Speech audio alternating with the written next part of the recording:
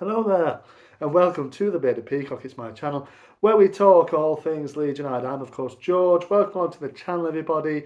And it's been about 10 days, I think, since my last video. I'm trying to really concise the videos and not talk too much crap. Might be a little bit difficult, but what I'm saying is rumours, sort of away with rumours around Leeds because I don't think it's very conducive.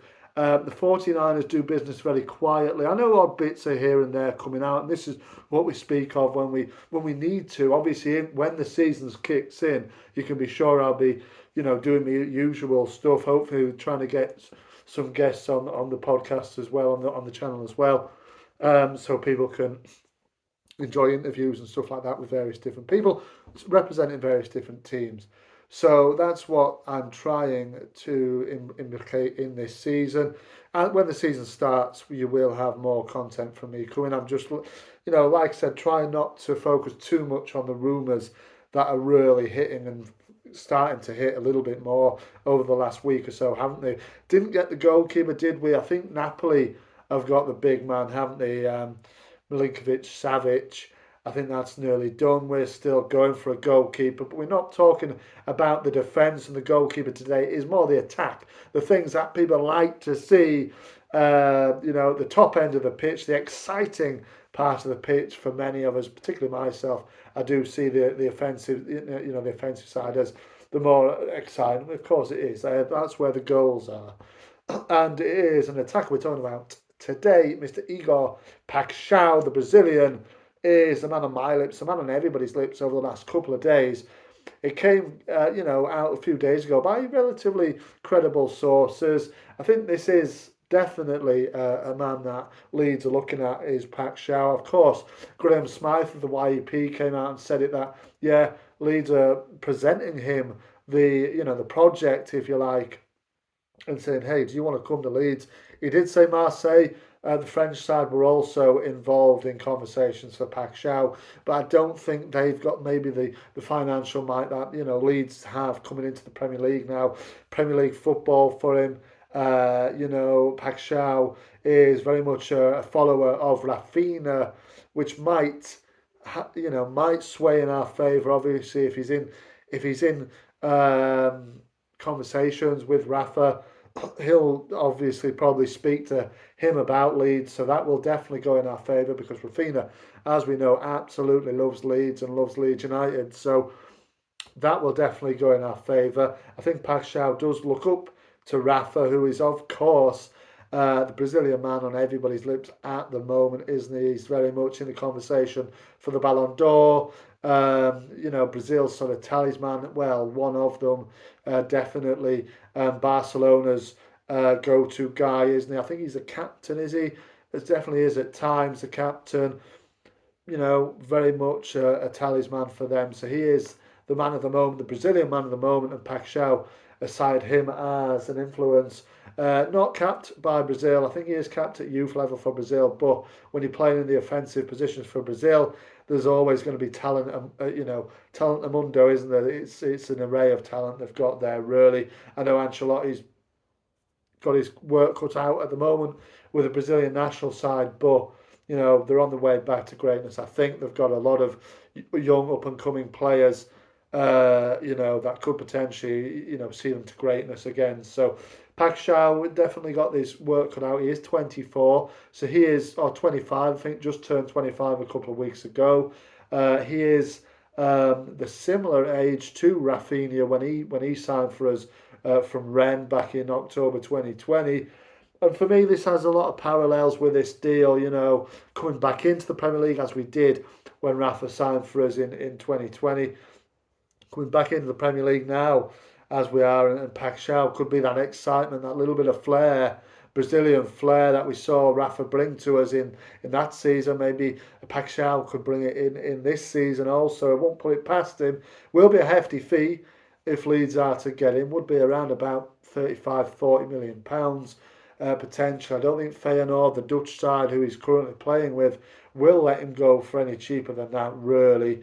He is currently injured. I think he will miss the opening sort of month or so, maybe, of the season.